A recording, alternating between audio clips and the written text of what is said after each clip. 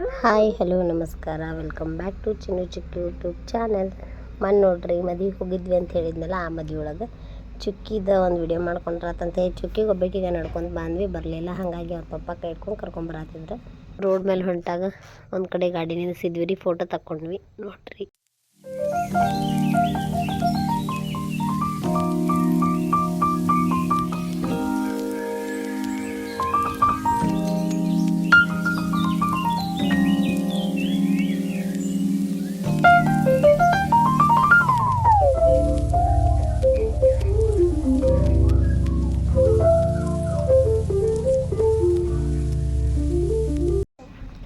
ಮನೆಗೆ ಬಂದಮೇಲೆ ನಮ್ಮ ಮನೆಯವರಿಗೆ ಹೊಟ್ಟೆ ಹಸ್ದಂಗೆ ಆಗಿತ್ತಂತೆ. ಅಲ್ಲಿ ಜಳಕ್ಕೆ ಅವ್ರಿಗೆ ಊಟ ಸರಿಯಾಗಿ ಹೋಗಲಿಲ್ಲ. ಹಾಗಾಗಿ ಹೊಟ್ಟೆ ಹಸ್ತೈತಿ ಅಂದರೆ ಮನೆಯೊಳಗೆ ಮೈಸೂರು ಬಜ್ಜಿ ಮಾಡೋಣ ಅಂಥೇಳಿ ಮೈದಾ ಹಿಟ್ಟು ಮತ್ತು ಉಪ್ಪು ಮತ್ತು ಸಕ್ರೆ,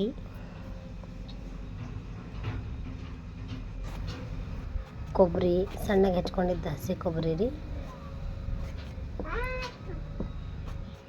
ಮತ್ತು ಅಲ್ಲಾನ ಸಣ್ಣಗೆ ತುರ್ಕೊಂಡಿದ್ದೆ ರೀ. ನಾನು ಹೆಚ್ಕೊಂಡಿಲ್ಲ, ತುರ್ಕೊಂಡಿದ್ದೆ. ಆಮೇಲೆ ಕರ್ಮೇವನ್ನು ಹೆಚ್ಚಿಟ್ಕೊಂಡಿದ್ದೆ ರೀ. ಇದಿಷ್ಟು ಹಾಕಿದ್ದೆ ರೀ. ಕೊತ್ತಂಬರಿ ಏನಿರಲಿಲ್ಲ ನಮ್ಮ ಮನೆಯೊಳಗೆ. ಇದಿಷ್ಟು ಹಾಕಿ ಮೇಲೆ ಒಂದು ಸ್ವಲ್ಪ ಜೀರಿಗೆ ಹಾಕ್ಕೊಂಡು ಇದನ್ನು ಮೊಸರು ಹಾಕಿ ನಾದ್ಕೋಬೇಕು ರೀ. ಮೊಸರು ಹಾಕಿ ನಾದ್ಕೋತೇನೆ ರೀ. ನನಗೂ ಮೈಸೂರು ಬಜ್ಜಿ ಫೇವ್ರೇಟ್ ರೀ. ಹಾಗಾಗಿ ಮಾಡಂತ ಹೇಳಿದ ತಕ್ಷಣ ನನಗಿದ್ದು ನೆನಪಾತು.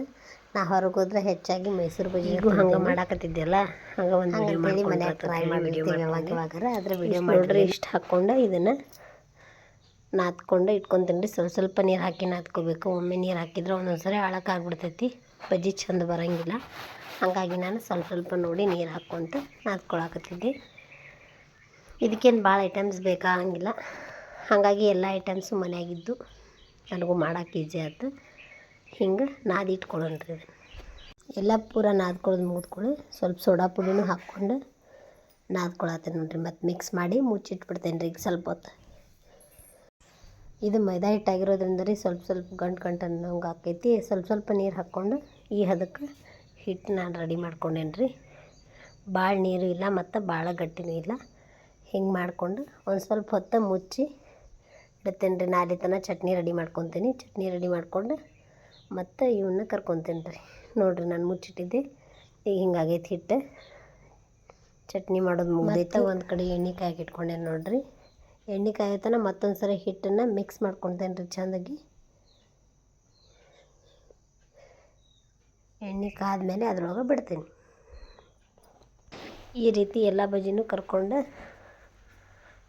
ನೋಡಿರಿ. ಹಿಂಗೆ ನಮ್ಮ ಬಜ್ಜಿ ರೆಡಿಯಾಗಿದ್ದು. ಅದ್ರ ಜೋಡಿ ನಾನು ಚಟ್ನಿನೂ ಮಾಡಿದ್ದೆ ಕೊಬ್ಬರಿದು. ಬರ್ರಿ ಎಲ್ಲರೂ ಮೈಸೂರು ಬಜ್ಜಿ ಮತ್ತು ಚಟ್ನಿ ತಿನ್ನಕ್ಕೆ.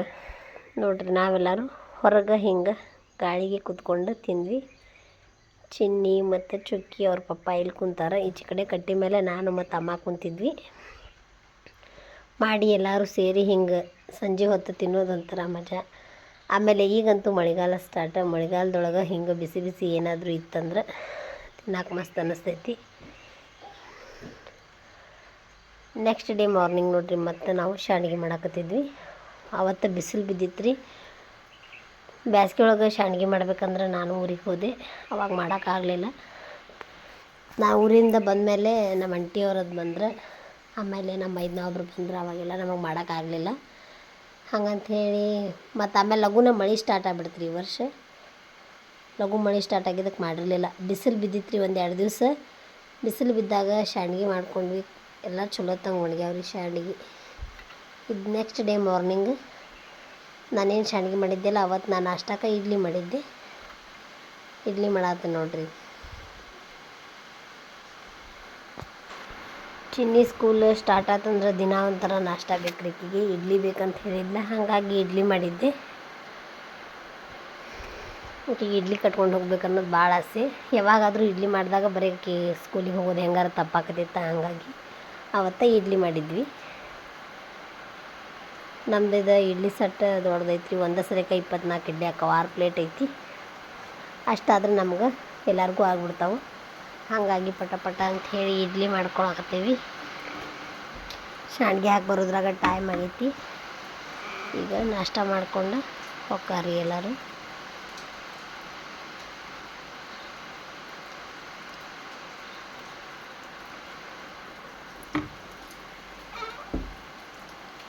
ನೋಡ್ರಿ ರೆಡಿ ಆಯ್ತು ನಮ್ಮ ಇಡ್ಲಿ ಸಟ್ಟಿಗೆ.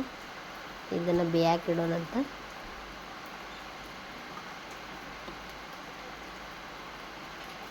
ನೋಡ್ರಿ ಇಡ್ಲಿನೂ ರೆಡಿ ಆದವು. ನಮ್ಮ ಇವತ್ತಿನ ವ್ಲಾಗ್ ನಿಮ್ಗೆ ಇಷ್ಟ ಆಗಿದ್ರೆ ಲೈಕ್ ಮಾಡಿರಿ, ಶೇರ್ ಮಾಡಿರಿ, ಸಬ್ಸ್ಕ್ರೈಬ್ ಮಾಡಿರಿ. ಮತ್ತೆ ಸಿಗೋಣ್ರಿ ನೆಕ್ಸ್ಟ್ ವ್ಲಾಗ್ ಒಳಗೆ. ಬಾಯ್.